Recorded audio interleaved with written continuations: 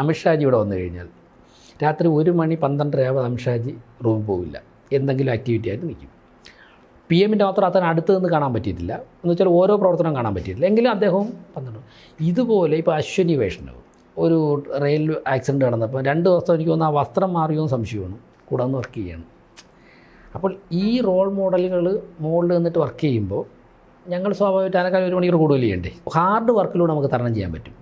ഇത് നമ്മുടെ കഠിനാധ്വാനവും നമ്മൾ ചെയ്യുന്നതിലുള്ള സത്യസന്ധതയും അർപ്പണ മനോഭാവം കൊണ്ട് ഇത് ഗെറ്റ് ഓവർ ചെയ്യാൻ സാധിക്കും എന്നുള്ള കോൺഫിഡൻസ്. കാരണം ഞാൻ ഇത് പറയാൻ കാരണം ചില എക്സ്പീരിയൻസ് ഷെയർ ചെയ്യാം. അത് നിങ്ങൾക്ക് ഇപ്പോൾ ഇൻ്റർവ്യൂവിന് വേണോ വേണ്ടെന്നുള്ള നിങ്ങൾ ആലോചിക്കുക. പക്ഷേ ഞങ്ങളുടെ ഒരു ശൈലി പറയാം. ഇപ്പോൾ വി മുരളീധരൻജി സംസ്ഥാന BJPയുടെ പ്രസിഡൻ്റായിരുന്നപ്പോൾ സുഷമ സ്വരാജായിരുന്നു ആഭ്യന്തരമന്ത്രി. സുഷമാജി ഒരു ദിവസം തിരുവനന്തപുരത്ത് വരികയാണ്. സുഷമാജി വന്നത് 11:55 വന്നിട്ട് നേരെ വരുന്നു, ഒരു 5 മിനിറ്റ് റൂമിൽ പോയിട്ട് തിരിച്ചു വരുന്നു. എനിക്ക് തോന്നുന്നു അന്ന് താജ് ഇപ്പോഴത്തെ ഹയാത്തിലായിരുന്നു. ഞാൻ നന്നായിട്ട് ഓർക്കുന്നുണ്ട്. സുഷമായി 5 മിനിറ്റോ 10 മിനിറ്റോ കൊണ്ട് റൂമിൽ പോയിട്ട് തിരിച്ചു വരുന്നു. ഞങ്ങളോടൊപ്പം 12:30 1 മണി വരെ 12 മണി 12 വരെ 12:30 ഫുഡ് കഴിച്ചത്. ഞങ്ങളുടെ ഒരുമിച്ച് സംസാരിച്ചിട്ട് പിരിയുമ്പം 1:30 2 മണിയായി. അപ്പോൾ ഞങ്ങൾ പുറത്തിറങ്ങുന്നു. ഞാനൊന്ന് യുവമോർച്ച പ്രസിഡൻ്റാണ്. പുറത്തിറങ്ങുന്നു, നാളെ ഇപ്പോൾ കാണാം 6:30 ഐ വിൽ ബി ഹിയർ എന്ന് പറഞ്ഞത്.